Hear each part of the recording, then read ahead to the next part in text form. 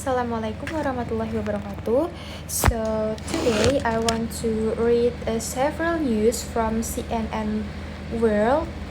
So the first article is UK counter-terror. Police lead an investigation into suspected murder of former lawmaker and with the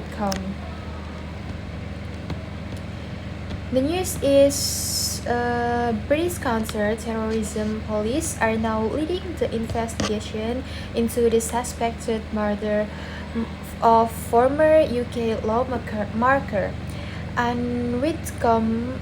Following the new information and evidence, UK Home Secretary Shabana Mahmood said on Monday. Police had previously said there was no information to suggest murder was an act of terrorism or politically motivated. The police are pursuing multiple lines of inquiry to establish the motivation for this attack.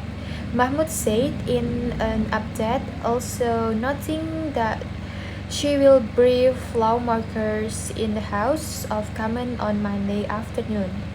The former lawmaker was found dead at her home in Haytor, Devon, in western England on Thursday. Police say they believe Whitcomb died in the day before her body was discovered. She had sustained serious injuries.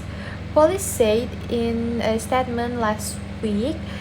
On Saturday, police arrested a 28 years old man in South Yorkshire, England, hundreds of miles away, on suspicion of murder.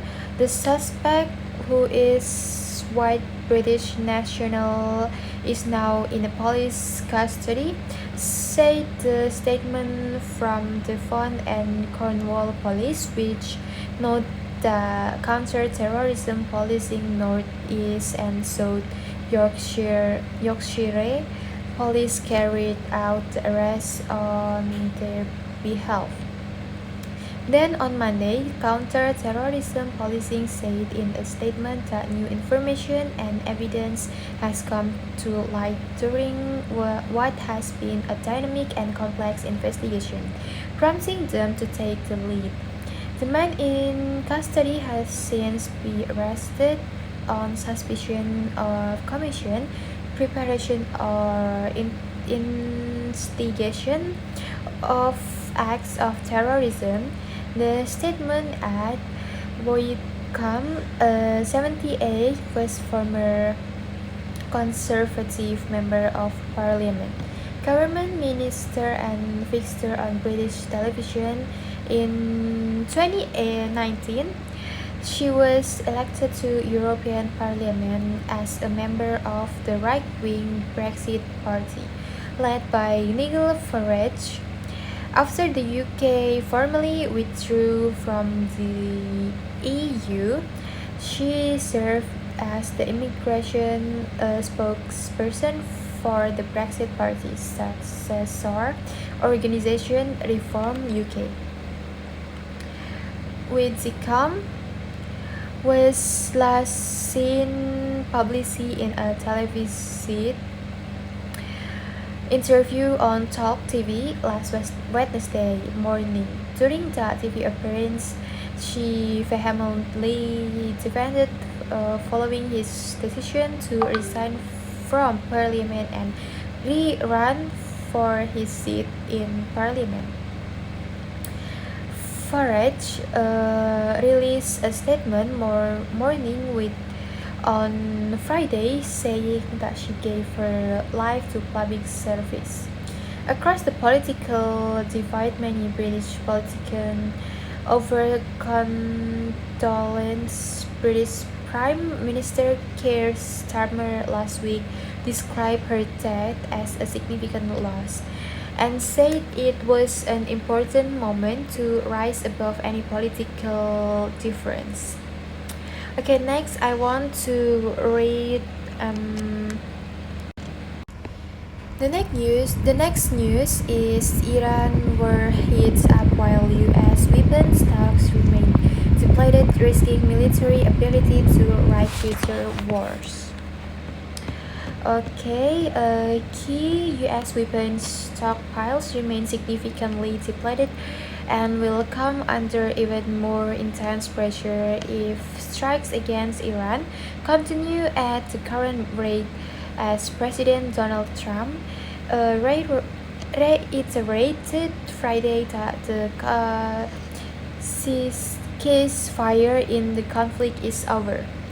The situation with armaments could impact American military's ability to fight a potential future war with China or even North Korea.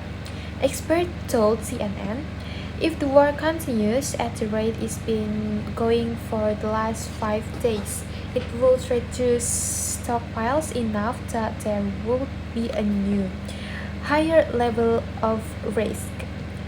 With in the Pacific, said Mark Kansian, a retired Marine Corps colonel and defense analyst at the Center for Strategic and International Studies think tank.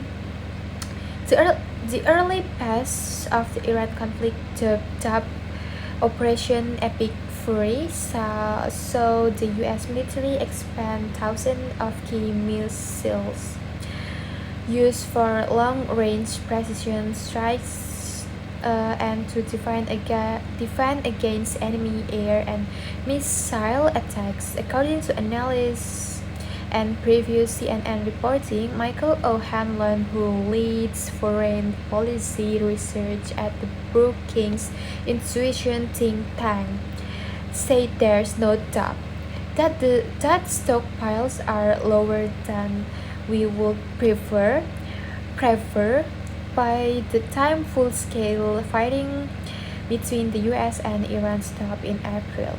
The Pentagon had fired at least half of its THEED ballistic missile interceptors, nearly half of its Patriot air defense interceptors, and around 30% of its Tomahawk land attack missiles, according to a CSIS analysis. CNN previously confirmed the accuracy of the analysis through three people familiar with Internal Defense Department stockpile estimate.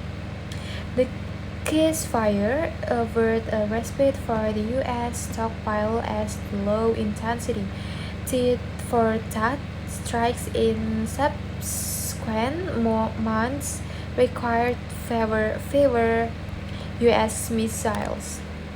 But replenishment rates are low for key missiles, Kansian said. According to current fiscal year's delivered schedule, the Pentagon is receiving roughly 15 new Tomahawks and 20 new Patriot missiles per month.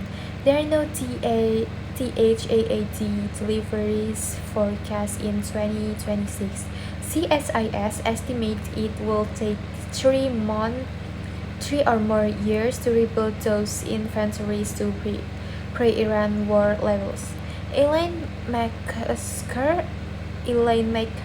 an American Enterprise Institute tenure fellow who previously served as a Pentagon deputy and acting comptroller, told CNN that the timeline for replenishment of munition for the most part will be measured in years, 2 to 5 for most.